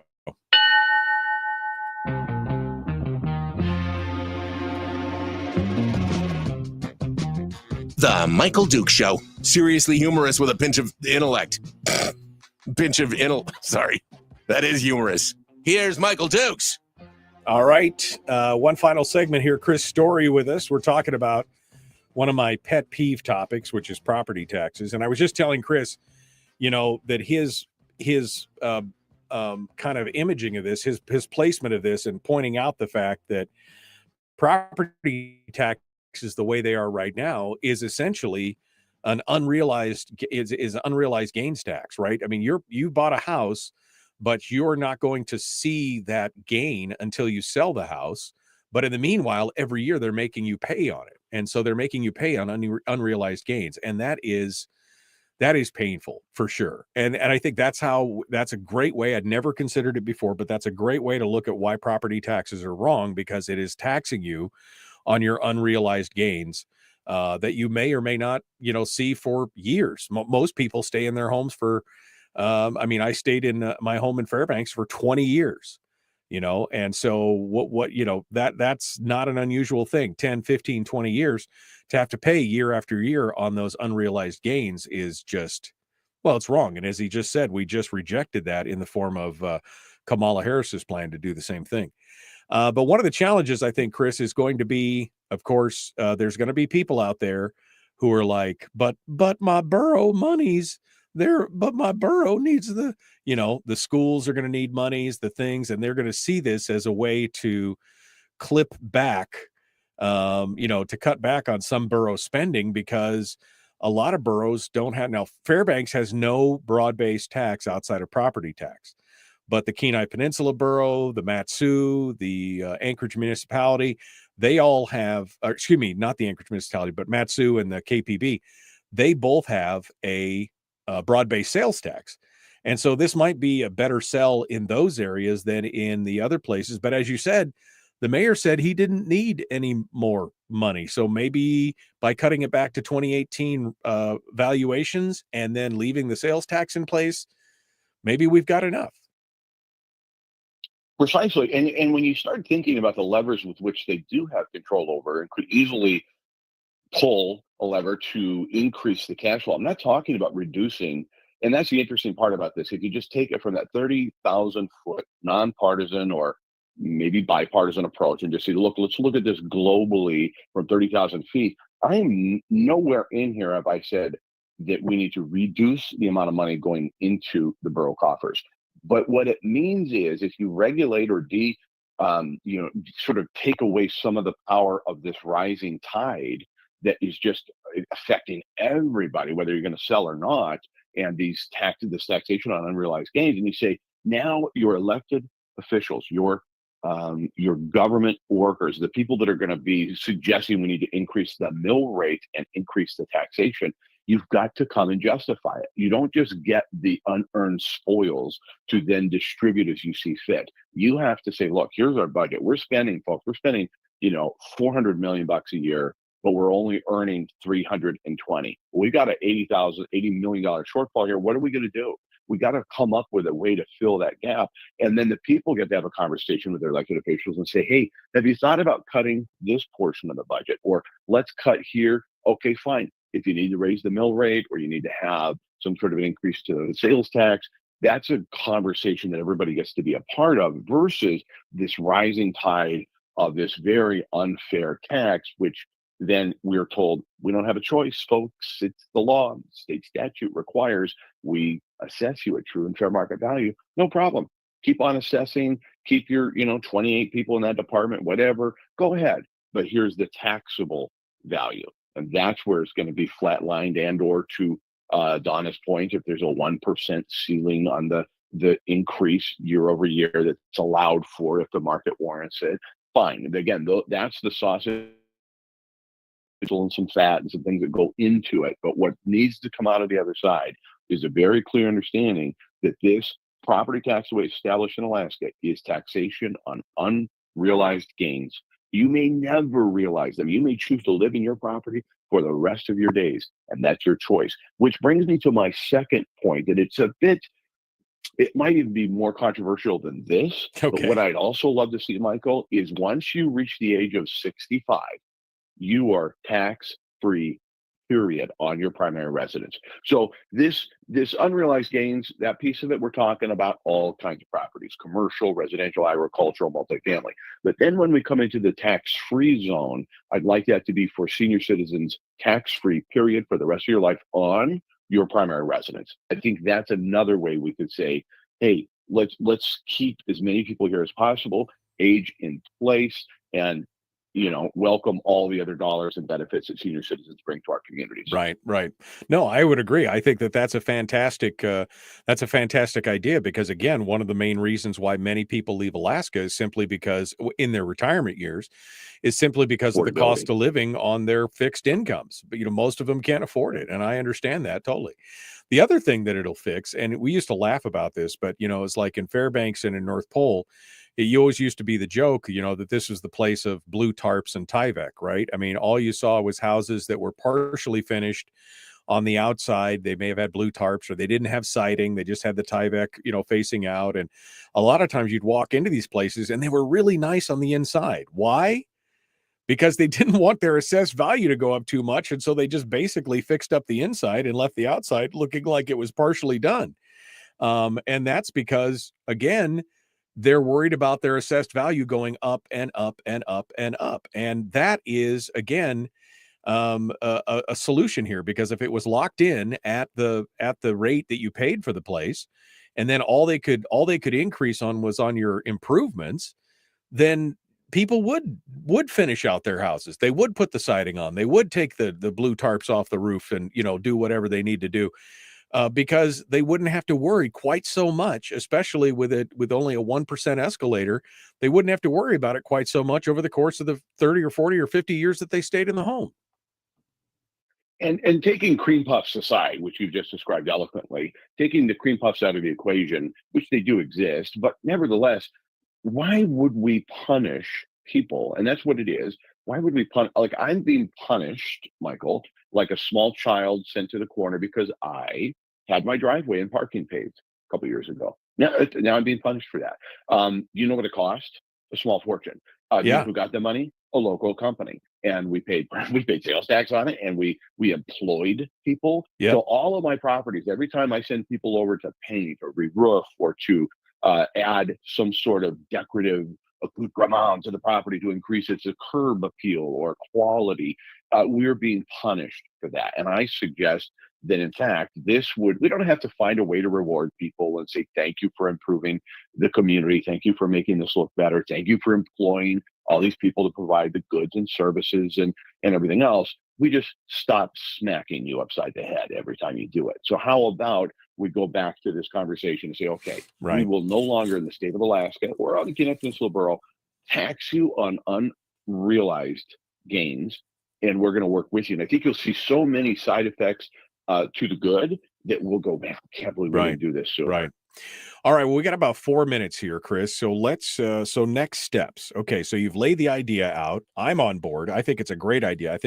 I don't know about most of the listeners, but they can tell me in the chat room if they're excited about it, but I'm interested. So what do you think next steps are from here? Where do we go? Does this have to be a citizens initiative? Do we get a legislator to sponsor? What's your thoughts here? Well, let's see if we've tickled anybody's fancy outside the Kenai Peninsula Borough. I've talked with Representative Sarah Vance, and she's willing to have this conversation. However, when I spoke with her, I wasn't sure, do I, just personally me, want to take this up on a statewide basis, or do I want to just affect locally? Because here on the Kenai Peninsula, as you've already pointed out, we have a different exemption for seniors than does the borough in Fairbanks and maybe even Anchorage, I'm not sure. So we obviously already have the power within what the law allows for today to create our own taxable. So I'm not sure, Michael, is this going to be a statewide thing, or is this just going to be a borough-wide thing? I'm going to continue to talk about it. If anybody's interested and they want to let you know, let me know. And is this to be a proposition? Donna, I'd love to hear from her. Or is this something we should do legislatively? Or should we just tackle it borough by borough and let each borough be as independent as Alaska always has been? Maybe that's the solution. I'm not 100% sure, but I'm not going to stop talking about it. Yeah, and I don't have the answer as to know whether, I can't remember if it's via state statute that's set, because I know that they give the taxation authority to the boroughs, and I can't remember if they set the actual mechanism in statute or if it's just the borough can do what they need to do, and they need to decide. But that will make a difference, because what's in statute is the $150,000 exemption for senior citizens. Right. That's an unfunded mandate, as they say. And what else is set in state statute is that they must assess at true fair market value. Doesn't say set a taxable rate, because we get to independently determine that. But they must assess. Fine, keep assessing at true and fair market value to the best of their ability. But taxable value, that's what we're talking about. That unrealized gain, no more. We cannot tax that anymore. Well, then that means if it doesn't mention the taxable value, then that means it would leave it up to the boroughs then to decide what the taxable value is. So, I mean, we'll probably have to have a legal decision on this or have somebody take a look at it. But I mean, I'm on board. I'm on board for every place I still have property in Fairbanks. I'm on board for it to be in Fairbanks. And down here in the Kenai, I mean, now I have property down here as well. I mean, I'm on board for all this. So yeah. So where do we go from here? Are you just starting to look at it? Are we going to create a citizens thing? What do you think? What's your take? Tell you what, I would love for folks to contact me if they're interested and they've got arguments on either side of this at 299-7653. Text or call. Let's start a meaningful conversation. Maybe I check back with you next week. And I'll also maybe have gotten some legal advice from a couple different people that I'm seeking legal counsel on this for as well. So maybe we do a roundup next week and kind of see, okay, what direction are we going to go? Where is the Michael Dukes audience going to help take this? If they have any interest in it at all, they could communicate with you or I and let us know. And I think we could then make a decision. Is this going to be, are we going to create a tax haven in Alaska, or will Alaska become the tax haven? Let's see. Yeah. What, 907-299 what, Chris? 7653. 7653. All right. We'll get people to give you a call and see what we can do together. Chris Story, we'll talk with you again next week, twice again next week. And I appreciate you coming on board, my friend. Thanks for being part of it. My pleasure. All right, folks, that's it for today. Tomorrow is Firearms Friday. Woo, baby. We will talk to you tomorrow. Be kind, love one another, live well.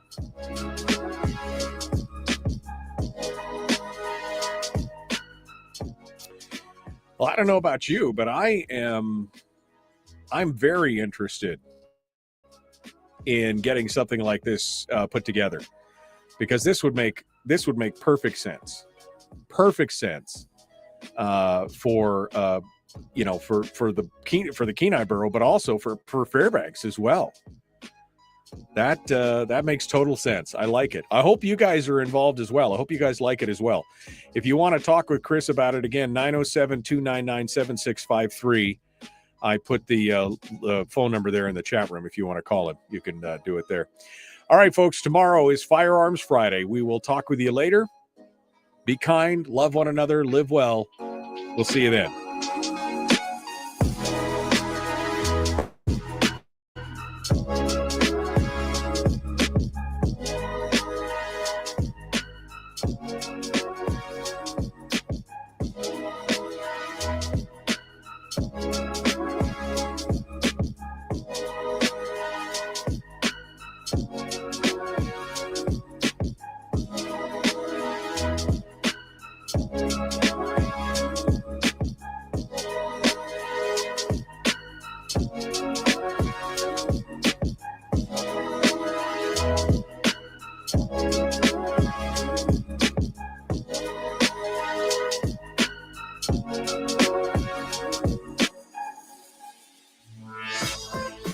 We've shed our terrestrial radio skin, and now we are slimy lizard internet people.